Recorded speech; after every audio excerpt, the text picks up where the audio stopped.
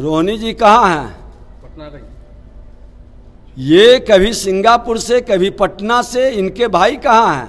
नेता प्रतिपक्ष कहाँ है बताएं?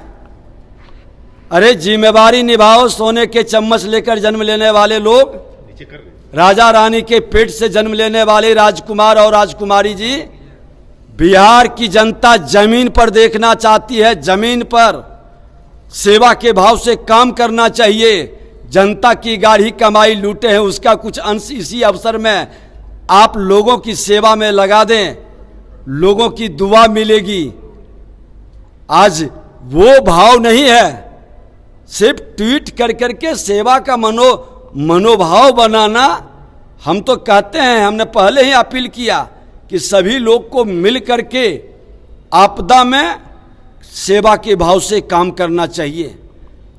ट्वीट करने से और सिर्फ बयान दे देने से प्रतिपक्ष की भूमिका होती है। सत्ता से ज्यादा विपक्ष जमीन पर खड़ा होकर के लोगों की समस्या को सरकार को अवगत कराता है, सरकार को सजग कराता है, सरकार को विवश करता है कि सरकार सेवा करे। कितने जिलों में राहत कार्य चलाई जा रही है सर सरकार के द्वारा? अभी जितने जगह बाढ़ की व्यवस्था बन रही है फ्लडेड क्षेत्र में, मैं बता दूं कि खास करके चंपारण का दोनों क्षेत्र है, पश्चिम चंपारण, पूर्वी चंपारण, गोपालगंज, सारण, मुजफ्फरपुर, वैशाली, शिवहर, सीतामढ़ी, समस्तीपुर, किशनगंज, अररिया, पूर्णिया, कटिहार, सुपौल, सहरसा, मधेपुरा, मधुबनी, दरभंगा, खगड़िया, भागलपुर, ये जगह और हमारे जिला बाढ़, मुंगेर, ये सब गंगा के बाढ़ के कारण पहले से थोड़ा प्रभावित। सब जगह सजगता से लोग लगे हैं। आरा भी हम लोग गए थे।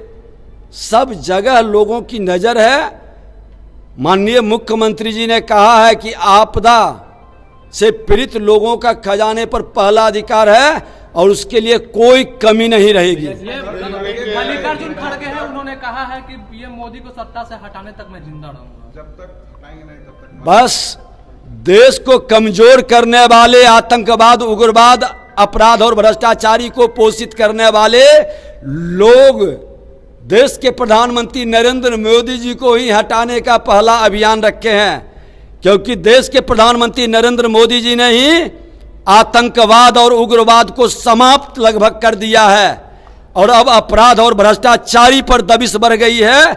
इसलिए ये अंतिम छटपटाहट में है और ऐसे भी दीपक जब बुझता है तो फफकता है। ये लोग फफक रहे हैं क्योंकि बुझने की ओर चल चुके हैं। देखिए, हालात की मॉनिटरिंग हो रही है। अगर ये बढ़ेगा तो निश्चित तौर पर, मैंने तो कहा ना कि केंद्र सरकार भी इसमें इन्वॉल्व है, आप सेना को भी इन्वॉल्व किया जा सकता है। अगर उसी स्थितियां बढ़ती है, हम समझते हैं कि ऐसी स्थिति नहीं आएगी और 2-4-5 दिन में ये मामला धीरे धीरे कम जाएगा, पानी भी कम जाएगा। अगर ऐसी स्थितियां, भगवान करे ऐसा ना हो, तो निश्चित तौर पर केंद्र सरकार आएगी और सेना भी इसमें काम कर सकती है।